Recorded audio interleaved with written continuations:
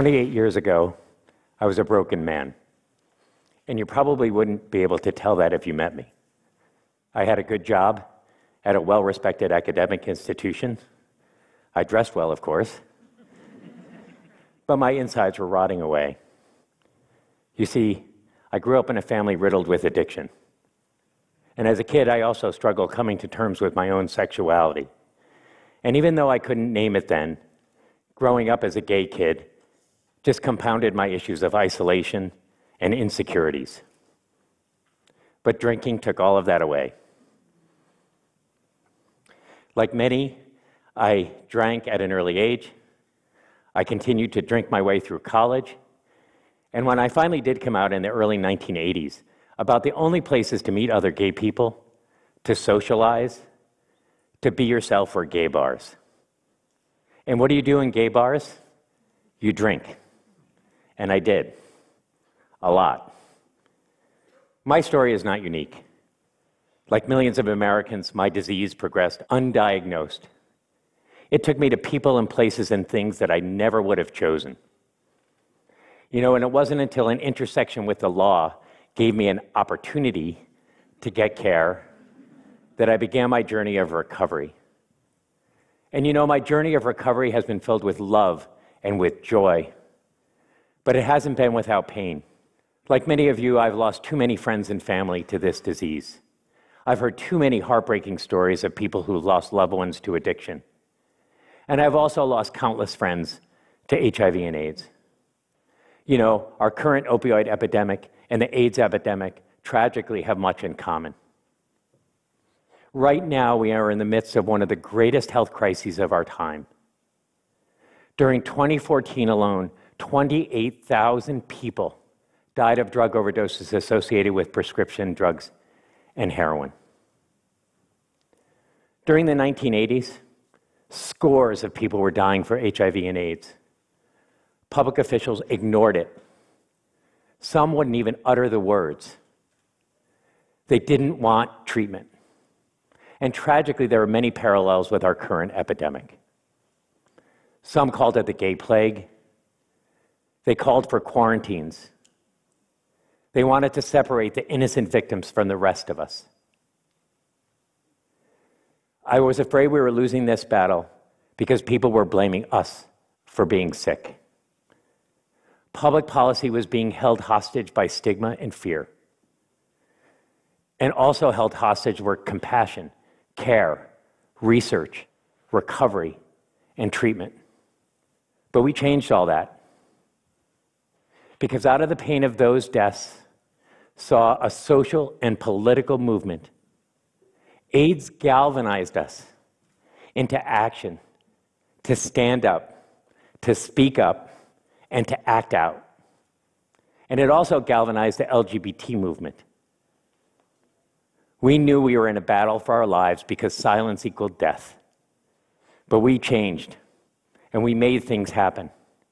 And right now, we have the potential to see the end of HIV and AIDS in our lifetime.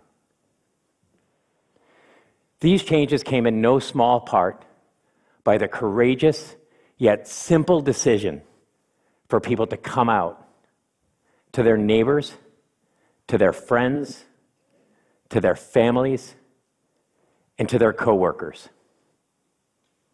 Years ago, I was a volunteer for the Names Project. This was an effort started by Cleve Jones in San Francisco to show that people who died of AIDS had names and faces and families and people who loved them. I still recall unfolding the AIDS memorial quilt on the National Mall on a brilliant day in October 1988.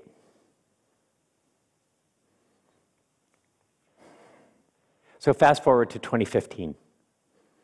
The Supreme Court's decision to strike down the ban on same-sex marriage. My husband, Dave, and I walk over to the steps of the Supreme Court to celebrate that decision with so many other people. And I couldn't help but think how far we came around LGBT rights, and yet how far we needed to go around issues of addiction. When I was nominated by President Obama to be his director of drug policy, I was very open about my recovery and about the fact that I was a gay man.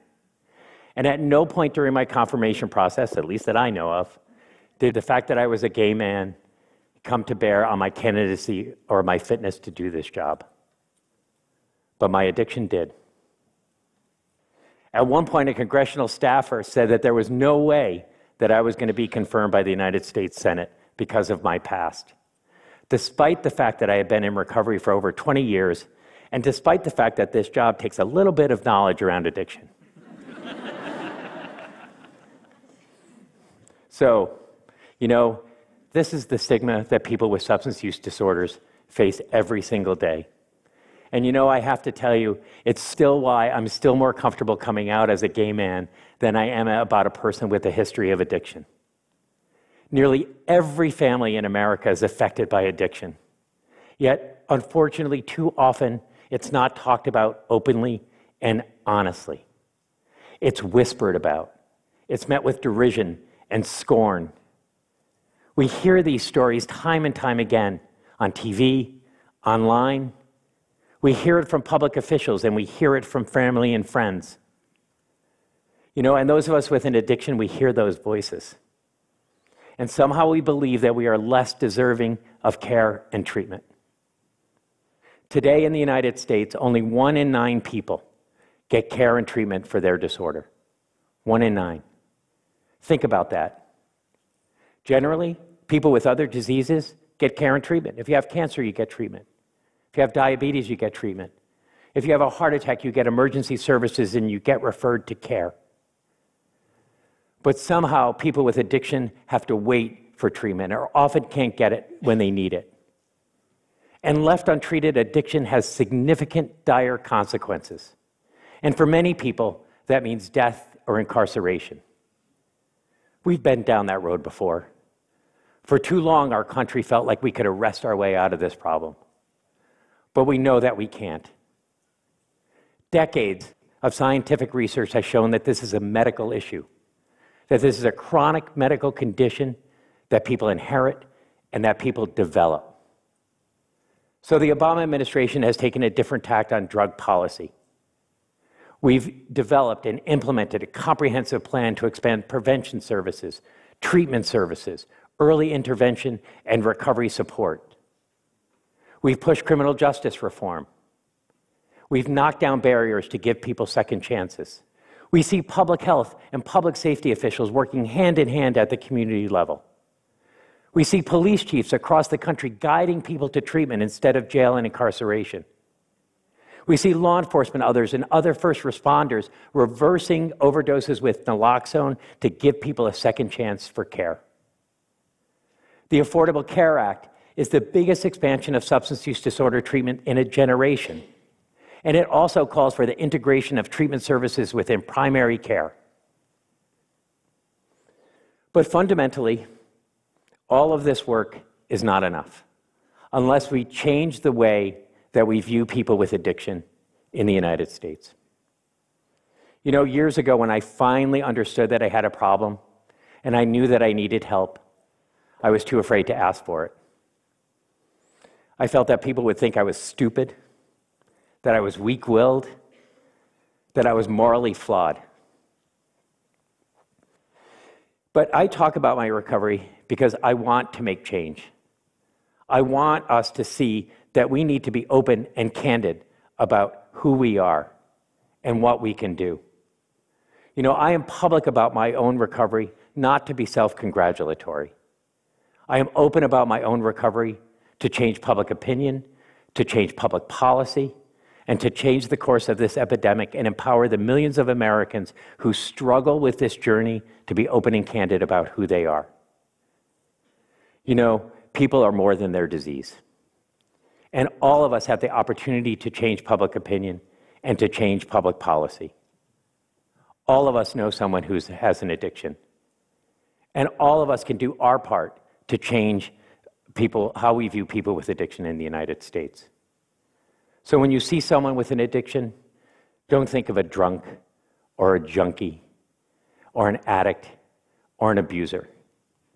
See a person offer them help, give them kindness and compassion. And together, we can be part of a growing movement in the United States to change how we view people with addiction. Together, we can change public policy. We can ensure that people get care when they need it, just like any other disease. We can be part of a growing, unstoppable movement to have millions of Americans enter recovery and put an end to this epidemic. Thank you very much.